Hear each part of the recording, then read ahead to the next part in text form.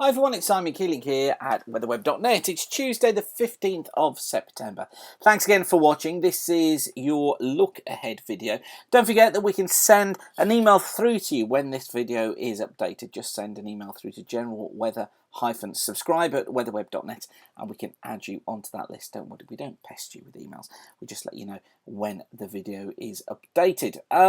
Okay then, wanted to just kick off today looking at developments for tomorrow, and tomorrow's going to be such a tricky one. You know that it's the remnants of Hurricane Henri that are approaching us and getting into this system. It's that little trough that you see moving into the south of the system, but trust me, this is not going to be a straightforward forecast.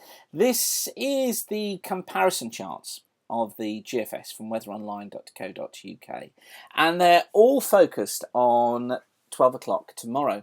Now, what we've done here is take the previous runs of the model and the forecasts that they were making for 12 o'clock tomorrow.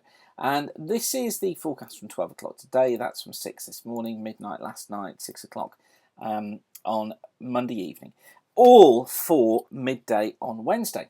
And what to notice is that actually all of them, look, have got the idea of the centre of the low heights across the UK. And even as we go further down, so into previous runs through the week, you'll notice here how even on Monday's midnight run, Sunday 6 o'clock, the midday on Sunday, the 6 o'clock, had all got the idea that we were going to see that low height taking control of things. And as we go further back, look, we were even seeing this as early ago as last Friday, midnight into Friday. The Friday midnight run quite clearly had that low in the heights there. However, the problem with this is going to be picking out the detail in the forecast, because things have been changing subtly. Let me just show you the surface pressure for the same time. This is valid for midday on Wednesday, again from the various different runs. And there are differences between the two runs. So the overall broad picture of an unsettled day, of the trough coming into the south, so as the secondary trough coming into the south of the main system, is well accepted. But if you just take a look at these charts, this is from midday today, and just notice, look, the rainfall here, okay, it's northward extent at midday, and also the low itself. And notice the depth of the low.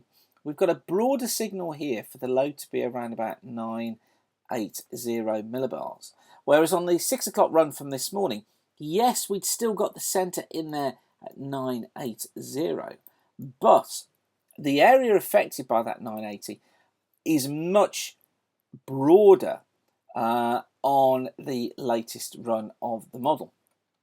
And going back a little bit further, the consensus seems to have settled around about a 980 as a minimum pressure right through. Now, we're seeing subtle changes in each run, and those subtle changes in the upper atmosphere are having a major impact on what goes on at surface levels. So let's look at the rainfall. And the rainfall for midday tomorrow effectively shows most of the rain getting onto the southern coast of England. From 6 o'clock this morning, it showed the rain getting onto the southern coast of England too. Little change between the two apart from the midday run, bringing in heavier rain across East Anglia. But the midnight run from last night had the rain southern Wales through the Midlands into East Anglia at midday on Wednesday. And then the 6 o'clock run from Monday evening had it through Wales across the South Midlands into southeastern parts of England.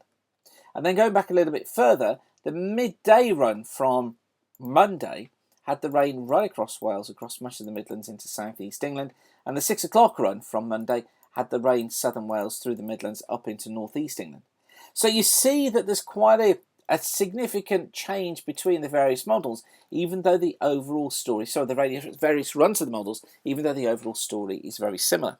So what am I trying to say? Well, I think what I'm trying to say here is just treat the forecast that you see for Wednesday and the ex-tropical storm Henri. Treat it really cautiously, particularly if you're through the Midlands, Wales and southern England. This could swing either way. My absolute gut feeling is that it could be wetter and the rain could be advancing further north quicker than is suggested by the models at the moment. And actually, the GFS, which is what I'm showing you here, and the UKMO, and GFS, and the ensembles, all tend to point to the same idea. But I just think treat the forecasts across England and Wales very, very cautiously during Wednesday. It will be a breezy day, by the way. There will be rain coming in, yes, but it's just this difficulty over deciding on when it arrives. And just a lesson to note, really, is that when we get a situation like this, and particularly when we've got a trough rotating around a main low, coming into the Bay of Biscay and then swinging back north through the UK, having developed, that's not a great scenario for forecasts. And regularly, they have to be amended quite significantly. So it's one just to be keeping a watch on. Further ahead, just a quick look at where the CFS is taking us. I was telling you we've been developing this story, haven't we, about the high pressure building at the end of the month. This is from tropicaltidbits.com. This is the 5-day forecast from the 15th to the 20th. Here's our strong jet stream. Low the normal heights across the Atlantic. That's our unsettled conditions coming through. Day 6 to 10, so from the 20th until the 25th of September. Still showing signs of a trough out towards the west, but building heights off towards the east. And then the period from the 25th to the 30th of September, day 11 to 15, certainly has signs of high building close to or over the UK, more of an east to southeasterly flow, low pressure somewhere towards the south of the country, aiding this easterly flow. So it is seeing this improvement from around the 24th onwards, although a stress, low confidence again, and please don't jump up and down if it doesn't go right. You know, you're not watching a TV forecast here. This isn't guaranteed to be right for the next day or so. It's to give an indication as to where things might be headed. And then it holds on to the higher than normal height, 16th to the 20th, so going into the early parts of October, we've still got that ridge in place. And then day 21 to 25, still got the higher than normal heights there. Has the trough out in the Atlantic here, another one down here. Scenario could be a low down here, something like that. Low up here doing something like that. Flow overall still coming back in as an east to southeasterly across the UK, but still hinting dry between the 5th and the 10th of October. And it kind of goes along with the ideas that we thought, yes, a few hiccups, but perhaps the 24th of September through till perhaps the 11th of October even, as going back into a period dominated by high pressure. Not completely fine, not completely dry, but certainly one that heights would be higher than normal. Yes, there could be some rain across particularly Western Scotland and Western Ireland, but for much of the country, perhaps into the dry conditions. It's a story that, as you know, if you've been watching, has been developing during recent weeks. Just pick this one out for you as well. This is the Arctic Oscillation, again from the CFS, so we're using the same model. So you do have to be aware that we're doing that, but this one's showing interesting things as well. Look, this goes forward to December. Yeah, I know, don't laugh, but it does. And just notice, look, the negative Arctic Oscillation here. Negative Oscillation means weaker westerly winds going around the pole.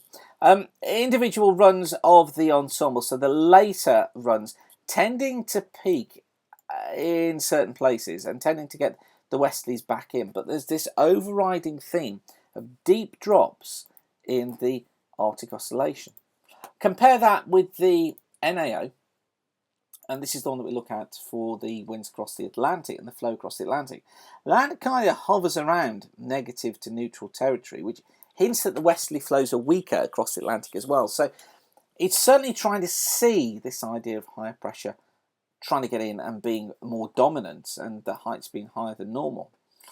Although what it does show us, again in recent runs, is the idea of getting back into more unsettled conditions during the middle part of October onwards. And that more or less ties in with the thoughts that we had, of course, with that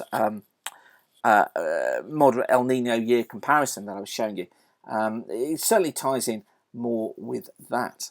So, interesting charts. I think you will agree there. Some interesting pointers coming in, and ones that we've been highlighting to private clients during the course of today.